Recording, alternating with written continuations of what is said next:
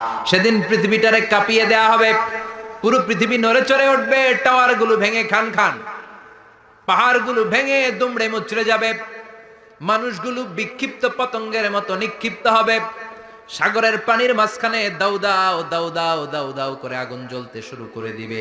আল্লাহু আকবার। সেদিন মানুষের চোখ হবে ছানা বড়া, চন্দ্র সূর্যে কোনো আলো থাকবে না, মানুষগুলো দিক বিদিক পাগলের মতো দৌড়াবে, সবার মুখে এক কথা, পালাবো কই। আকাশ আর আকাশ থাকবে না, কাগজ যেমনি আমরা এরকম ফোল্ড করে ফেলি, ভাঁজ করে ফেলি, মন চাইলে কাগজকে যেমনি আমরা এরকম হাতের মধ্যে গুটিয়ে নেই, সেদিন আকাশটারে হাতের মধ্যে গুটিয়ে নিবে কে? মানুষগুলো পাগলের মতো দৌড়াবে, কেউ থাকবে টয়লেটে, কেউ হসপিটালে, কেউ মাজারে, কেউ বাজারে, যে যেখানে থাক, শুরু হয়ে যাবে কিয়ামতের এই ভয়াবহ দৃশ্য। দুধের বাচ্চাকে রেখে দিয়ে মা দৌড়ে পালাবে। দুধের বাচ্চা রেখে মা কোথাও যায়? কলিজার টুকরা এটা, দুধের বাচ্চা, এটারে ফেলে মা কোথাও যায় না।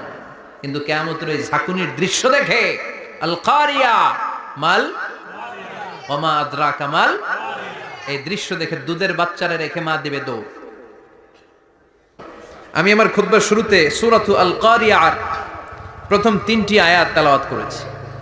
এই সূরার ভেতরে আল্লাহ তাআলা কিয়ামতের নকশা এঁকে দিয়েছেন, কিয়ামতের প্রামাণ্য বর্ণনা দিয়েছেন।